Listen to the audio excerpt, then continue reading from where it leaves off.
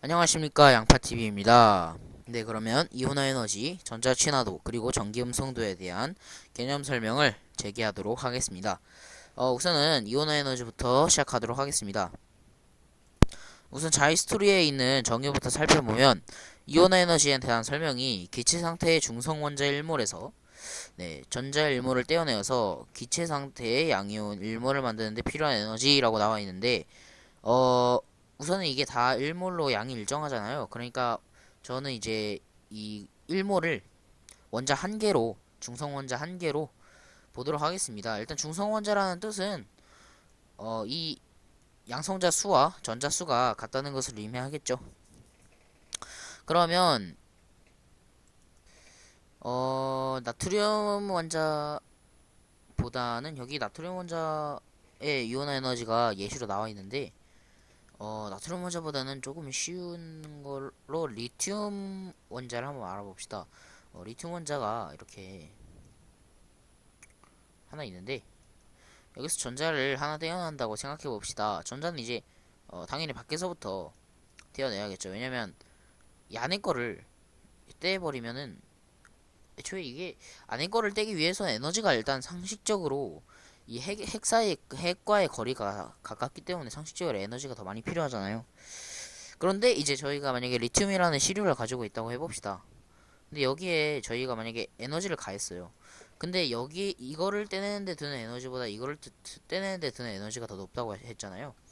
그러면은 예를 들어서 제가 에너지를 이제 서서히 가할 수밖에 없잖아요. 제가 무슨 초능력자도 아니고 갑자기 막 500kJ 막 이렇게 에너지를 빡 가할 수 있는 것도 아니고 이제 서서히 뭐 가열을 한다던가 어떠한 방법을 통해서 전자를 떼어내려고 시도를 하겠죠. 뭐 빛을 쬐다던가.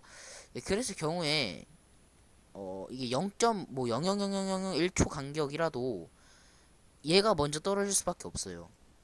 얘가 먼저 떨어지게 되면 이때 필요한 에너지가 있을 거 아닙니까? 얘가 뭐 자발적으로 얘가 떨어질 수가 없어요. 얘는 이제 안정적인 중성 원자이기 때문에 중성 원자에서 이제 중성 원자에 비해서 이온이 상대적으로 불안정하잖아요. 그러면 이렇게 갈 때 에너지가 당연히 필요하겠죠, 상식적으로. 생각을 해봅시다. 어, 예를 들어서 우리가 이제 집에 살고 있었어요. 그런데 여기에 도를 낸다고 정부에서 도를 낸다고 이 집을 허물어야 된대요. 우리는 이 집에서 안정적인 생활을 하고 있었는데 정부가 집을 허물게 되면 우리는 불안정한 상태가 되잖아요. 그랬을 경우에 정부가 마땅히 해야 하는 행동은 저희에게 지원금을 보상을 배상을 하는 거겠죠. 네. 아니다, 보상이죠, 보상. 네, 보상을 해야 하는 게 이제 정부의 의무인데 여기서 이 돈을 보상금을 에너지라고 생각하시고 이 집이란 것을 원자가 본래 머물러 있던 전자 껍질이라고 생각하시고 저희를 이제 이 전자 자체라고 생각하시면 이해가 되실 겁니다. 보통 이렇게 화학적 개념을 설명할 때 비유를 들어서 지금처럼 비유를 들어서 설명을 하는데 물론 이해를 하는 데에는 정말 좋고 도움이 많이 돼서 제가 이렇게 설명을 드리는 겁니다. 하지만 정확한 개념은 알아두셔야 됩니다. 뭐 누군가가 물어봤을 때 이렇게 설명해 줄 수도 있어야 되는 것이고 아까처럼 저런 정의로 딱딱한 설명을 해줄 수도 있어야겠죠. 제가 아까 말했듯이 뭐 불안정해서 에너지가 필요하다. 뭐 그런 식으로 설명을 할 줄도 알아야 되고 뭐 이렇게 비유를 들어서 설명을 할 줄도 알아야겠죠. 네. 그러면 이제 에너지가 된다는 것은 이제 이해가 되셨을 거라고 믿고 이거를 이제 떼어내는 데 드는 게 이온화 에너지인데 상식적으로 이게 이 이온화 에너지의 크기는 핵과의 거리에 영향을 받겠죠. 그러면 이 반지름이 저번 시간에 반지름이 이렇게 간다고 이런 주기성을 띈다고 말했었죠. 주기율표 상에서요. 그렇다면 이온화 에너지는 반지름이 크면 클수록 당연히 작아지겠죠. 왜냐면 멀리 있는 것부터 떨어지니까요. 멀리 있는 것부터 떨어지니까 원자 반지름이 크면 클수록 멀리 있는 가장 멀리 있는 전자가 핵으로부터 떨어진 거리가 원자 반지름이 커질수록 점점 커지겠죠. 상식적으로 생각해봤을 때 그렇겠죠. 네, 그러면 어 그러면 당연히 원자 반지름이 커지면 커질수록 이온화 에너지가 작아지기 때문에 이온화 에너지는 이러한 경향성을 띠지 않겠냐라고 가설을 세울 수 있겠죠. 네, 그러면 한번 이온화 에너지가 진짜 이런 경향성을 띠는지 뭐 과학자들이 조사를 해봤더니 네, 대체적으로 이러한 경향성을 띈다는 것을 알아냈습니다. 알아냈는데 여기서 중요한 게 뭐냐면 이러한 경향성을 띠지 않는 원소가 존재한다는 거죠. 뭐 대부분의 원소는 이런 경향성을 띠지만 이 중에서 어긋나는 것이 원자 반지름에서는 발견되지 않았던 그런 어긋나는 그런 원소가 발견이 됐다는 것입니다. 자, 그러면 그 어긋나는 원소에는 무엇이 있고 또 왜 그런 현상이 발견하는 것이냐 라고 그것에 대해서 제가 설명을 드리도록 하겠습니다. 네, 보시면 가장 첫 번째로 예를 들 수 있는 것이 질소와 산소입니다. 질소는 15족 원소이고 산소는 16족 원소잖아요. 그럼 주기율표상에서 산소가 더 오른쪽에 위치해 있을 것을 알 수 있습니다. 둘 다 주기는 같아요. 2주기로 같죠? 네, 2주기로 같은데 같은 주기상에서는 당연히 왼쪽으로 갈수록 원자 반지름이 커지니 원자 반지름의 주기성은 주기율표상에서 이러한 주기성을 띠죠. 그래서 제가 이온화 에너지가 이러한 경향성을 띈다고 설명을 드렸는데 분명히 이쪽으로 갈수록 이온화 에너지가 커져야 됨에도 불구하고 이러한 가설이 맞다면 사실상 O가 M보다 이온화 에너지가 커야겠죠. 그런데 실제로 분석을 해본 결과 그렇지 않다는 것입니다. 여기 자이스토리 67페이지에 나와 있듯이 네, 여기 보시면 지금 여기 산소가 1314kJ/몰이고 질소가 1402kJ/몰이죠. 보셨을 때 제가 아까 가설대로면 이렇게 돼야겠지만 실제로는 반대로 된 것을 알 수 있죠. 그러니까 질소가 더 이온화 에너지가 크다는 것은 말이 안 돼요. 지금 현재 가설상에서는. 하지만 이것을 이제 설명할 수 있는 설명체계가 존재합니다. 질소를 보시면 질소는 1s2, 2s2, 2p5죠. 아, 2p3이네요. 2p3. 2p3이니까 이제 전자배치를 그려봅시다. 전자배치를 그려보면 이런 식으로 홀전자수가 3개네요. 반면에 산소를 봅시다. 산소를 보시면 1s2, 2s2, 2p4예요. 그럼 전자배치를 한번 그려봅시다. 전자배치를 그리면 뭐 이런 식으로 나오겠죠. 바닥상태 전자배치죠. 바닥상태 전자배치로 네, 그렸습니다. 그런데 지금 얘는 정말 훈트 규칙을 아주 모범적으로 맞추고 있는 상태입니다. 그 말은 즉슨 정말 정말 정말 정말 안정한 상태라는 건데 이 안정한 상태에서 이거를 떼버리면 뭐 이걸 떼든지 이걸 떼든지 홀전자 수가 감소하게 되겠죠. 이 말은 뭐냐면 훈트 규칙을 모범적으로 만족하고 있던 애가 그러지 못하게 된다는 소리예요. 하지만 반면에 이 산소를 봅시다. 산소는 오히려 얘를 하나 제거함으로써 훈트 규칙을 정말 모범적으로 만족하고 있는 상태가 될 수 있어요. 그렇기 때문에 이제 얘가 훨씬 안정한 상태인데 얘에서 하나를 떼어내는 것보다 얘가 조금 더 안정해질 수 있기 때문에 하나를 떼어내는 것이 훨씬 에너지가 적게 들겠죠. 얘네 둘은 양성자 수가 얘가 하나밖에 더 많지가 않은데 이 안정도의 차이가 이 양성자의 차이보다 훨씬 더 큰 영향을 미치는 거예요. 이온화 에너지에. 그렇기 때문에 이러한 일이 발생을 하는 것입니다. 마찬가지의 예로 베릴륨과 붕소를 들 수 있습니다.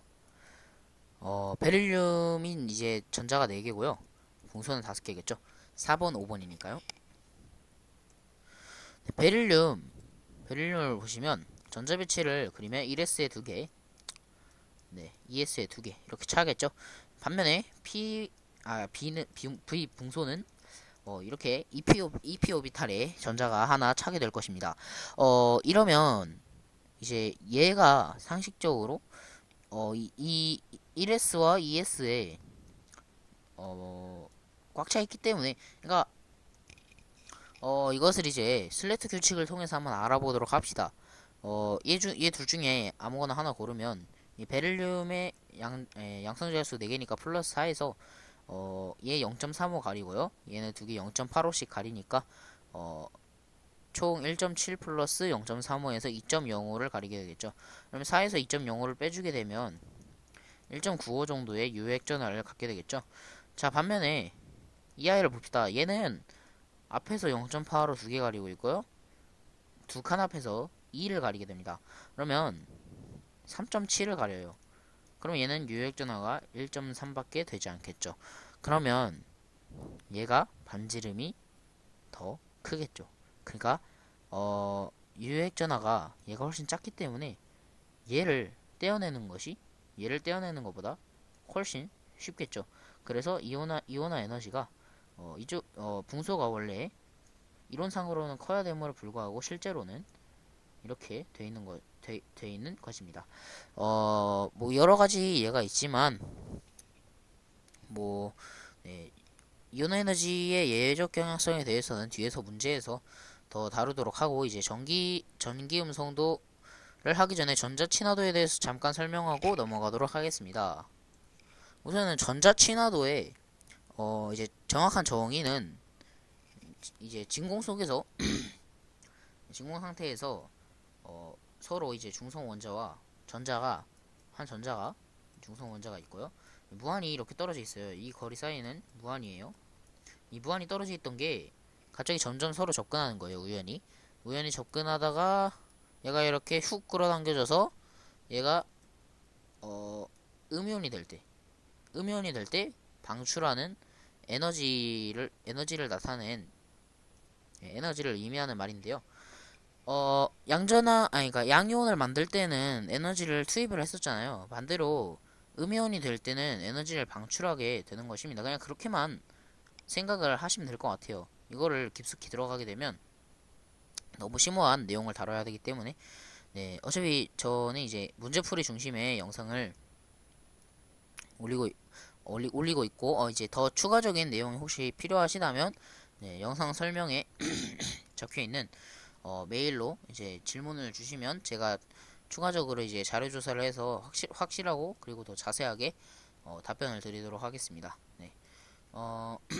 전자 친화도에 대한 설명은 여기도 안 나와 있고, 뭐잘 다루지도 않는 개념이에요. 솔직히 말해서 이온화 에너지는 잘 다루지만 수능에서 전자 친화도 개념을 잘 다루지 않기 때문에 전자 친화도의 개념 설명은 간단하게 넘어가도록 하겠습니다. 자, 그럼 마지막 전기음성도입니다. 전기음성도란 무엇이냐 하니까 두 원자 사이의 공유 결합에서 공유 전자쌍을 끌어다니는 힘의 세기를 상대적으로 나타내는 척도예요. 척도. 예, 가필하기보다는 전기음성도는 척도에 가깝습니다. 척도. 보시면 전기음성도는 그냥 잘 아시죠? 할로겐 호수가 전기음성도가 뒷방 크다라고 익히 알려져 있는 사실입니다. 이것은. 네, 전자친화도에서 그냥 그러니까 이건 그냥 알아두세요. 전자친화도는 이 플루오린이 이론상으론 전자친화도 역시 이온화 에너지와 같은 경향성을 띠기 때문에 이런 식으로 띠기 때문에 이 플루오린이 CL보다 원래 전자친화도가 더 높아야 돼요. 그러니까 음이온이 될 때 방출한 에너지가 이론상으로는 플루오린이 더 커야 됩니다. 그런데 얘보다 작아요. 왜냐면 이 플루오린이라는 이 녀석이 오비탈 크기가 좀 너무 진짜 비정상적으로 작아요. 그래서 얘가 이 전자가 비집고 들어가는 게 원래 자연스럽게 이렇게 싹 들어가서 오 고맙습니다 하면서 보상으로 이제 보상금? 네, 그런 식으로 생각하시면, 그러니까 에너지를 이제 보상금이라고 생각하시면 되는데, 얘가 들어갈 때 엄청 불편하게 들어갔어요. 짜증이 나겠죠. 뭐 보상금을 적게 주겠죠.